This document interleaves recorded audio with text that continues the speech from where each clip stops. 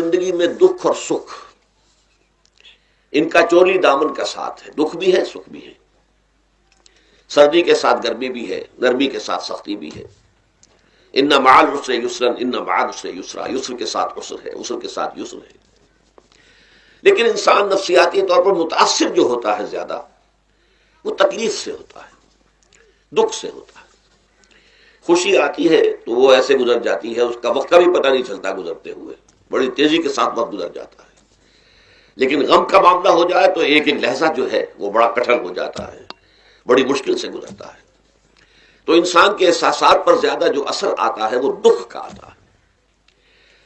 بعض فلسفے دنیا میں ایسے ہیں کہ جنہوں نے اس دکھ، خاص طور پر جو حساس انسان اس کو محسوس کرتا ہے، اس کے اعتبار سے یہ کہا ہے کہ دنیاوی زندگی نرا دکھ ہی دکھ ہے۔ آپ کو معلوم ہے کہ تعداد انسانوں کی بہت بڑی تعداد ہے جو بدھ مت کی پیروکار ہے، اور بدھ مت کا کلمہ طیبہ یہ ہے، یعنی یہ ان کا اصل الاصول ہے، جیسے ہمارے دین کا اصل الاصول ہے لا الہ الا اللہ محمد رسول اللہ، کلمہ طیبہ۔ ان کا جو کلمہ طیبہ ہے وہ یہ سروم دکھم، سب دکھ ہی دکھ ہے، سب مصیبت ہی مصیبت ہے۔ انسانی زندگی جو ہے وہ تو صرف دکھوں سے اور تکلیفوں سے عبارت ہے۔ اسی کو غالب نے بھی کہا ہے، آپ نے یہ شعر بھی غالب کا میں نے بہت سے دروس میں سنا ہوگا کہ قید حیات و بند غم اصل میں دونوں ایک ہیں۔ یہ قید حیات ہے، ابھی آپ حدیث سن رہے تھے، دنیا سجن المومن، مومن کے لیے یہ دنیا کی زندگی جو ہے جیل خانہ ہے، یہ قید ہے، قید حیات۔ جیسے جیل میں آدمی اپنی مرضی سے نہیں جاتا، بھیجا جاتا ہے، اپنی مرضی سے نہیں نکلتا بلکہ نکالا جاتا ہے۔ اسی طرح لائی حیات آئے قضا لے چلی چلے، اپنی خوشی سے آئے نہ اپنی خوشی چلے۔ تو دنیا کی زندگی جو ہے وہ واقعتاً ایک اعتبار سے قید خانہ ہے۔ قید حیات و بند غم اصل میں دونوں ایک ہیں۔ جب تک یہ زندگی رہے گی غم بھی لگا رہے گا، تکلیفیں لگی رہیں گی، مصائب آتے رہیں گے، انسان کو دکھوں کا سامنا رہے گا، واسطہ رہے گا۔ موت سے پہلے آدمی غم سے نجات پائے کیوں؟ ظاہر بات ہے جب تک زندگی ہے تو غم ہے، تو موت سے پہلے نجات نہیں مل سکتی۔ اگرچہ اس کے بعد کا اگلا مرحلہ جو ہے، جو حقیقت کو جاننے والے ہیں وہ تو جانتے ہیں کہ اس کے بعد تو غم کا اور بڑا کڑا مرحلہ آنے والا ہے۔ اب تو گھبرا کے یہ کہتے ہیں کہ مر جائیں گے، مر کے بھی چین نہ پایا تو کدھر جائیں گے؟ اگر اللہ ہمیں معاف فرمائے، اپنی رحمت اور مغفرت سے ہمیں ڈھانپ لے، جیسے کہ حضور نے فرمایا الا یتغمدنی ربی برحمتہ، حضور نے فرمایا کہ کوئی انسان بھی محض اپنے اعمال کی بنیاد پر جنت میں نہیں داخل ہو سکے گا جب تک کہ رحمت خداوندی دستگیری نہ کرے۔ کسی صحابی نے بڑی ہمت کی، بڑے جرأت کا معاملہ کیا، پوچھ لیا کیا حضور آپ بھی؟ ظاہر بات ہے آپ بھی انسان ہیں، آپ بھی بشر ہیں، قرآن مجید میں کہلوایا گیا ہے اور انما انا بشر مثلکم۔ تو اگر آپ کہتے ہیں کوئی انسان جنت میں داخل نہیں ہو سکے گا محض اپنے اعمال کی بنیاد پر جب تک کہ رحمت خداوندی دستگیری نہ کرے، تو کیا آپ بھی اس قاعدہ کلیہ میں شامل ہیں؟ آپ نے فرمایا ہاں میں بھی، الا یتغمدنی ربی برحمتہ، جب تک کہ میرا رب مجھے اپنی رحمت سے ڈھانپ نہیں لے گا میں بھی جنت میں داخل نہیں ہو سکوں گا۔ تو اس اعتبار سے اللہ تعالیٰ وہاں ہمیں بچا لے، لیکن جو وہاں نہیں بچایا گیا، اب ظاہر بات ہے کہ اس کے لیے جو مصیبت ہے وہ تو پھر دائمی ہے، ابدی ہے، دکھ ہی دکھ ہے۔ میں اس کی طرف زیادہ جانا نہیں چاہتا، اس وقت اصل میں میرا موضوع جو ہے وہ اس دنیا میں دکھوں کا علاج۔ اب اس اعتبار سے غور کیجئے، دکھ دو قسم کے ہیں۔ قرآن مجید پر جتنا میں نے غور کیا، دکھ ایک تو وہ ہے کہ جو ناگہانی طور پر آ جاتے ہیں، اس میں ہماری کسی غلطی کو دخل نہیں ہوتا۔ وہ کوئی آفت سماوی ہے، کوئی زلزلہ آ گیا ہے۔ ابھی آپ کو معلوم ہے بھوج جو قصبہ تھا گجرات اسٹیٹ کا، انڈیا کا پورا ختم ہو گیا، اس میں بہت سے مسلمان بھی تھے۔ جب کوئی آفت سماوی آتی ہے تو وہ ظاہر بات ہے کہ پھر سب کے سب لوگ اس کی لپیٹ میں آ جاتے ہیں۔ زلزلہ آ گیا، یا کوئی اور طوفان آ جائے، جیسا کہ کئی مرتبہ آپ نے اخبارات میں پڑھا ہوگا، اس سال امریکہ میں بہت طوفان آئے ہیں، مشرقی ساحل پر بار بار طوفان آئے، وہاں بھی لوگ مرتے ہیں، وہاں بھی چھتیں اڑ جاتی ہیں، وہاں بھی تباہی جو ہے آتی ہے۔ تو اس حوالے سے ایک تو ہے وہ ناگہانی آفات، آفت ارضی ہو یا آفت سماوی ہو، زلزلہ ہے یا آفت ارضی ہے، طوفان آ گیا ہے، کوئی سائیکلون آ گیا یا آفت سماوی ہے۔ یا کوئی آسمان سے بڑا سا پتھر آ جائے. آپ کبھی کبھی اخبارات میں پڑھتے ہوں گے کہ ایک بڑی چٹان پاس سے گزر گئی، بہت بڑی خلائی چٹان جو ہے زمین کے قریب سے ہو کر گزر گئی، زمین بچ گئی، ورنہ اگر وہ زمین سے ٹکرا جاتی تو نہ معلوم کتنا بڑا یہاں پر تباہی کا معاملہ ہوتا. بڑے بڑے جو ہے شہاب گرتے رہے زمین کے اوپر، بڑی بڑی تباہیاں آتی رہی ماضی میں. تو ایک تو یہ ہے، اور ان میں بھی تقسیم کیجئے یہ ناگہانی تکلیف، ناگہانی مصیبت، یا کوئی آفت سماوی یا آفت ارضی، اس کی بھی پھر دو قسمیں ہو گئی. ایک وہ کہ جو افراد کو متاثر کرتی ہے انفرادی سطح پر. آدمی سڑک پر جا رہا تھا، پیچھے سے آ کر کسی گاڑی نے ٹکر ماری، گر گیا، ٹانگ ٹوٹ گئی. اب ظاہر بات ہے کہ اس میں اس کا کوئی قصور نہیں ہے، یہ اللہ تعالیٰ کی طرف سے بات آ گئی ہے. یا یہ کہ کوئی اگر اجتماعی سطح پر آیا، جیسا کہ زلزلہ ہے، یا جیسا کہ کوئی سائیکلون ہے، کوئی بڑا طوفان ہے، بہت بڑے فلڈز آ گئے ہیں. اس وقت بھی موزمبیق میں بہت بڑا فلڈ آیا ہوا ہے، ساؤتھ افریقہ میں، اور افریقہ میں پچھلے سال بھی بہت بڑا فلڈ آیا تھا، بڑی تباہی آئی تھی، آ رہا. تو یہ آفت سماوی، یہ ظاہر بات ہے کہ اجتماعی سطح پر آتی ہے، بڑی بڑی مقدار میں، تعداد میں لوگ متاثر ہوتے ہیں، لاکھوں لوگ بے گھر ہو جاتے ہیں، ہزاروں آدمی مارے جاتے ہیں. تو پہلی شکل جو ہے دکھ کی، جیسا کہ میں نے عرض کیا، وہ ناگہانی دکھ، کوئی آفت ارضی، کوئی آفت سماوی، خواہ وہ انفرادی ہو خواہ اجتماعی. اس کے ضمن میں کیا علاج ہے؟ ظاہر بات ہے کہ اس کا علاج یہ تو نہیں ہو سکتا کہ آپ اس کو ختم کر سکیں. انگریزی کا ایک محاورہ ہے، what cannot be cured must be endured. جو چیز جو ہے جس کا علاج نہیں ہو سکتا وہ تو برداشت کرنی پڑے گی. بعض بیماریاں بھی ایسی ہیں، ڈائبٹیز ہو گئی ہے، شوگر کا مرض ہو گیا، ڈاکٹر آپ کو بتائے گا کہ بھائی اب یہ مرض جائے گا نہیں، اب آپ کو اس مرض کے ساتھ ہی اپنے آپ کو ایڈجسٹ کر کے اپنی غذا وغیرہ اس کے مطابق طے کر لیجیے، ورنہ یہ کہ یہ نہ سمجھیے کہ یہ مرض چلا جائے گا. تو what cannot be cured must be endured. لہذا ان آفت سماوی و ارضی، چاہے وہ انفرادی سطح پر متاثر کرتی ہوں انسانوں کو، اور چاہے اجتماعی سطح پر، اس کا تو علاج ایک ہی ہے. عربی میں بھی ایک محاورہ یہ ہے کہ کسی نے پوچھا تھا کہ بچھو کے کانٹے کا کیا علاج ہے؟ البکاء الی الصباح، رات کو اگر کاٹا ہے کسی بچھو نے تو روتے رہو صبح تک، یہ علاج ہے، اس کا اور کوئی علاج ہے ہی نہیں. تو جو چیز لا علاج ہے اسے برداشت کرنا.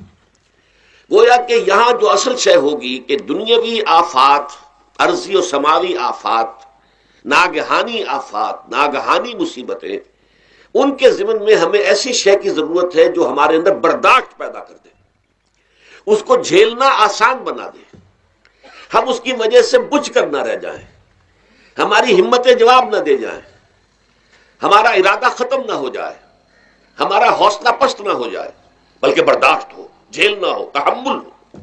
ابھی بٹر صاحب کہہ رہے تھے اللہ تعالیٰ ذرا سا متحمل ہے. میں نے کہا یہ بہت غلط بات کہہ رہے، اللہ بہت متحمل ہے.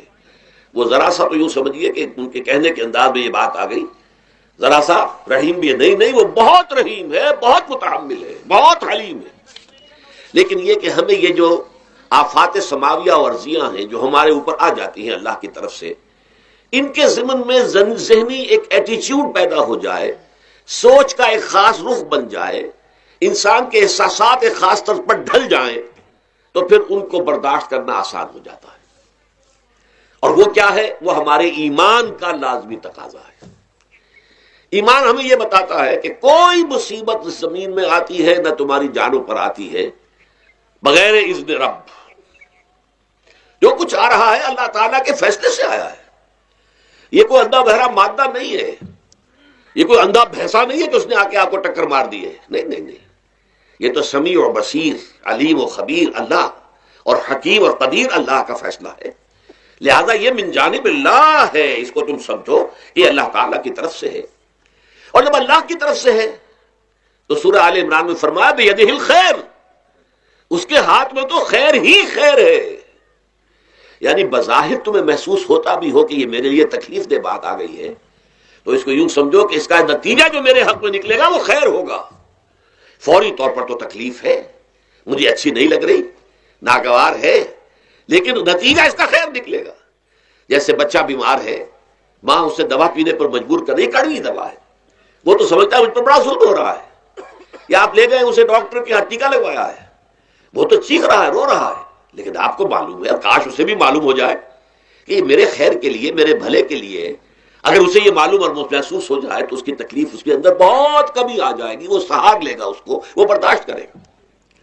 اس حوالے سے اس کا جو ہمارے دین میں اس کا نام ہے، اس ذہنی کیفیت کا، ان احساسات کا، اسے ہم کہتے ہیں تسلیم و رضا۔ جو کچھ آ رہا ہے اللہ کی طرف سے آ رہا ہے، لہذا سر تسلیم خم ہے، اے اللہ ہم قبول کرتے ہیں، رضا، ہر حال میں تیری رضا پر راضی ہے، جو تیرا فیصلہ ہے ہمیں بصر و چشم قبول ہے، تسلیم و رضا۔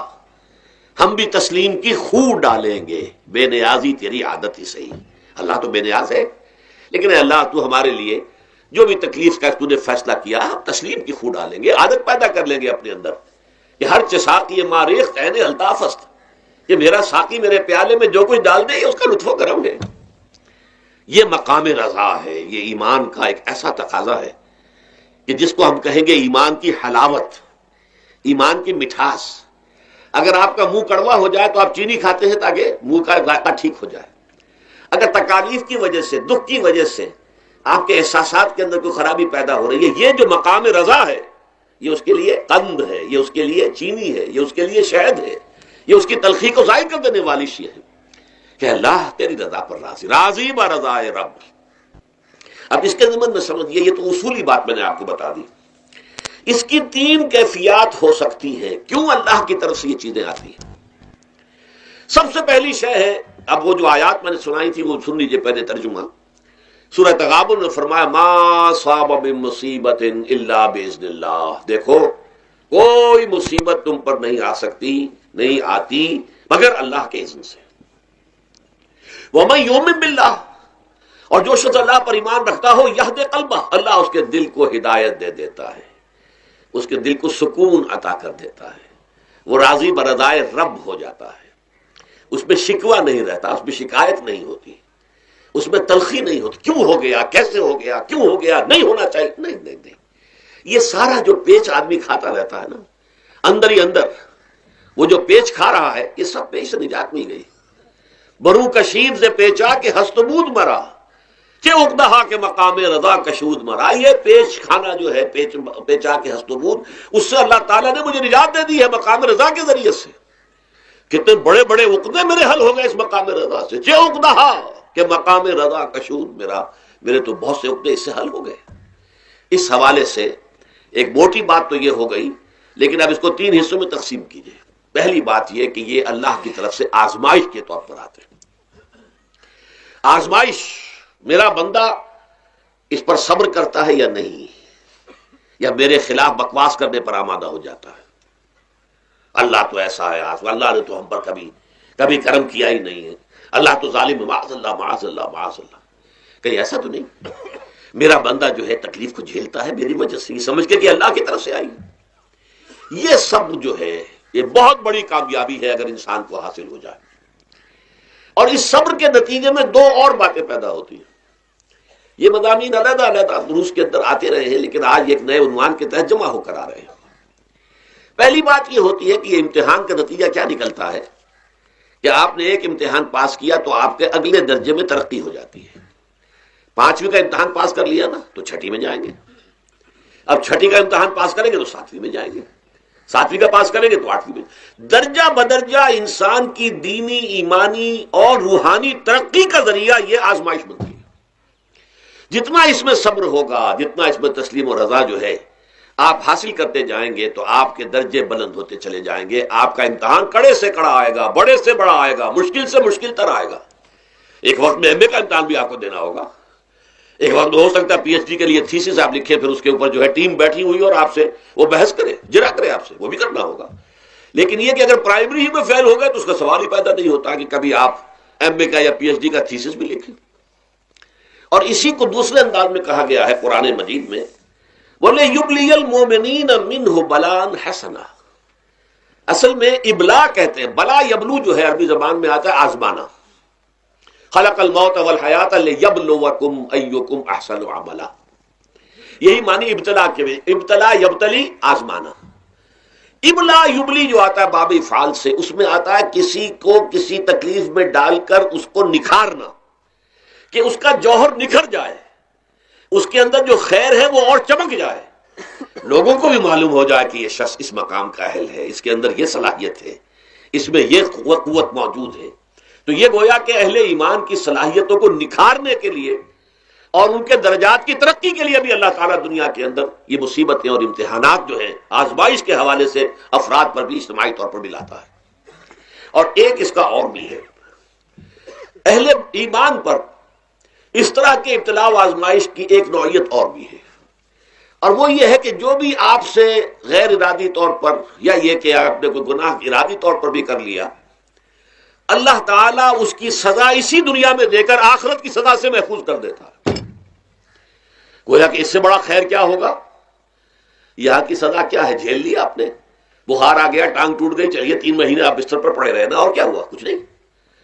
لیکن یہ کہ آخرت کی سزا ملتی بہت عظیم ہوتی، لہذا کفارہ بناتا ہے اللہ تعالیٰ ان گناہوں، ان جو بھی گناہ ہو گئے ہیں، غلطیاں ہو گئی ہیں، ان کا کفارہ اللہ تعالیٰ بندہ مومن کے لیے، حضور کی ایک حدیث ہے، اس کا متن مجھے اس وقت یاد نہیں ہے، کہ مومن کا معاملہ عجیب ہے، اس سے کوئی تکلیف پہنچتی ہے صبر کرتا ہے، وہ اس کے گناہوں کا کفارہ بن جاتا ہے، اور اگر کوئی خوبی ملتی ہے اس پر اللہ تعالیٰ کا شکر ادا کرتا ہے، اس کے درجات بلند ہو جاتے ہیں۔ تو یہ معاملہ جو ہے اللہ تعالیٰ کی طرف سے بندہ مومن کے حق میں خیر، کہ در حقیقت اس کے ان گناہوں کی پاداش کہ جو اس نے یہاں کر لیے ہیں یہی دنیا میں دے کر دھو دیا جائے، پاک کر دیا جائے۔ جیسے آپ کو معلوم ہے دھوبی جو ہے کپڑے کو بھٹی میں چڑھاتا ہے، گرم پانی میں ڈالتا ہے، نہیں ڈالتا، تاکہ اس کا میل نکلے، اس کے آگے پٹکتا بھی ہے ذرا اس کو، تاکہ وہ میل اچھی طرح چھٹ جائے اس سے۔ اسی طرح اگر دنیا میں ہمارے میل چھٹ جائیں، دنیا میں اگر ہمارے گناہ دھل جائیں، تو یہ بڑے نفع کا سودا ہے، بڑے نفع کا سودا ہے، بڑے نفع کا سودا ہے۔ اس اعتبار سے آپ غور کیجئے کہ اگر یہ حقائق ہمارے سامنے رہے تو کیا کوئی تکلیف دنیا کی ہمیں بھاری محسوس ہوگی؟ ہمیں تو بتایا یہ گیا ہے کہ عسیٰ ان تکرہوا شیئا وہو خیر لکم وعسیٰ ان تحبوا شیئا وہو شر لکم واللہ یعلم وانتم لا تعلمون۔ ہو سکتا ہے کہ تم کسی چیز کو ناپسند کرو، درا حال ہے کہ اسی میں تمہارے لیے خیر ہے، تمہیں نہیں پتا، اور ہو سکتا ہے تم کسی چیز کو پسند کرو، درا حال ہے کہ اس میں تمہارا شر ہے، لیکن تمہیں نہیں معلوم۔ اللہ یعلم وانتم لا تعلمون، اللہ جانتا ہے تم نہیں جانتے۔ اس حوالے سے سپردم بتو مایا خیشرا تدانی حساب کم و بیشرا، اے اللہ، اس کو کہتے ہیں تفویض۔ یہ سورہ تغابن کے درس میں یہ تمام مضامین تفصیل لی ہو، آپ کو بھی لازماً جو مقتدی ہے اسے بھی سورہ فاتحہ پڑھنی ہوگی۔ اب اس کے لیے انہوں نے یہ طریقہ جو ہے تلقین کیا ہے کہ امام تیزی سے نہ پڑھے، رک رک کر پڑھے، الحمدللہ رب العالمین، اس کے بعد اتنا وقفہ دے دے کہ جو مقتدی ہے وہ بھی کہہ لے اپنے دل میں، یا پڑھ لے الحمدللہ رب العالمین الرحمن الرحیم۔ تو یہ رک رک کر پڑھنا، خاص طور پر اگر آپ کو موقع ہوا ہو کسی اہل حدیث امام کی امامت میں نماز ادا کرنے کا، تو آپ دیکھیں گے کہ بڑا فرق ہے۔ ہمارے جو حنفی امام الحمدللہ رب العالمین الرحمن الرحیم مالک یوم الدین ایاک نعبد و ایاک نستعین، 4 آیتیں جو ہیں وہ بھی ایک ساتھ میں پڑھ جائیں گے، لیکن یہ کہ عام طور پر جو اہل حدیث حضرات ہیں وہ رک رک کر ٹھہر ٹھہر کر پڑھتے ہیں، ترتیل کے انداز میں پڑھتے ہیں۔ یا پھر دوسری شکل انہوں نے ایک اور کی ہے، یہ آپ سعودی عرب میں جب کبھی نماز پڑھیں گے اور آپ پڑھی ہو آپ نے، تو وہاں آپ دیکھیں گے کہ امام جو ہے وہ سورہ فاتحہ پڑھنے کے بعد کوئی 1 منٹ جو ہے خاموش رہتا ہے، تاکہ آپ اب جو مقتدی ہیں وہ اس وقفے میں وہ اب سورہ فاتحہ پڑھ لیں، پھر وہ قرات کرے گا، کوئی اور آیات اس نے شامل کرنی ہے تو بعد میں شروع کرے گا، درمیان میں وقفہ ہوگا۔ لیکن ایک مسلک یہ ہے، اور یہ مسلک جو ہے یہ در حقیقت قرآن مجید کی ایک آیت کے اوپر مبنی ہے۔ سورہ اعراف کے آخر میں فرمایا گیا وَإِذَا قُرِئَ الْقُرْآنُ فَاسْتَمِعُوا لَهُ وَأَنصِتُوا، جب قرآن پڑھا جا رہا ہو تو توجہ سے اسے سنو، خود خاموش رہو۔ اب یہ قرآن مجید کی آیت ہے، اس کے بنا پر ایک رائے یہ ہے کہ آپ امام کے پیچھے سورہ فاتحہ نہیں پڑھیں گے، پڑھا جا رہا ہے سنو اس کو، خود خاموش رہو۔ اور اس کے لیے وہ دلیل دیتے ہیں کہ یہ شکل ایک وفد کی سی ہے، جیسے کسی بڑی شخصیت کے پاس اگر آپ کا کوئی وفد جاتا ہے، 8-10 افراد ہیں، ان میں اسپوکس مین ایک ہوتا ہے، وہ بات کرتا ہے، باقی سب لوگ موجود رہتے ہیں، سنتے ہیں۔ اسی طریقے سے امام جو ہے وہ گویا کہ آپ کا نمائندہ ہے، اور وہ پڑھ رہا ہے الحمدللہ رب العالمین الرحمن الرحیم مالک یوم الدین، تو امام کی قرات ہی آپ کی بھی قرات ہو گئی۔ گویا کہ اس آیت سے، اس حدیث سے اختلاف نہیں ہے، اس کی تعبیر سے اختلاف ہے کہ امام کا قرات کر لینا در حقیقت مقتدیوں کی طرف سے بھی قرات ہے۔ اس میں جو حنفی مسلک ہے وہ بہت سخت ہے، اور وہ یہ ہے کہ چاہے سری نماز ہو اور چاہے جہری ہو، ہر کسی بھی حالت میں مقتدی جو ہے وہ سورہ فاتحہ نہیں پڑھے گا۔ اب اس میں ذرا سا سوال پیدا ہوتا ہے کہ جہری رکعت میں تو اس آیت کا اطلاق ہو جائے گا، کہ وَإِذَا قُرِئَ الْقُرْآنُ فَاسْتَمِعُوا لَهُ وَأَنصِتُوا، سری میں تو اس آیت کا اطلاق نہیں ہوتا۔ بہرحال یہ مسلک ہے امام شافعی کا، ایک انتہا پر ہے، ہر صورت میں سری ہو یا جہری ہو آپ کو پڑھنی ہی پڑھنی ہے، اور امام ابو حنیفہ دوسری انتہا پر ہے کہ چاہے سری ہو چاہے جہری ہو کسی شکل میں نہیں پڑھنا۔ امام مالک کا مسلک ہے درمیان میں، اور میں اس میں کوئی جھجک محسوس نہیں کرتا کہ میں آپ کے سامنے عرض کر دوں کہ میں اس پر عمل پیرا ہوں۔ وہ کیا ہے؟ جہری نماز میں خاموش رہو اور سنو، اس آیت کا اطلاق ہو جائے گا جب بلند آواز سے پڑھ رہا ہے امام تو پوری توجہ، فاستمعوا لہ، اپنی پوری توجہ کو اس کے سننے کے اوپر مرکوز کر دو اور خود خاموش رہو۔ سری رکعت میں البتہ جبکہ وہ بھی خاموشی سے پڑھ رہا ہے، آپ بھی خاموشی سے پڑھ رہے ہیں۔ بہرحال ان چیزوں میں میں نے یہ سب کوئی بیان کیا ہے تو اس سے جو میرا مقصود ہے وہ یہ ہے کہ معلوم ہو جائے کہ اس میں کوئی بڑی بنیادی بات نہیں ہے۔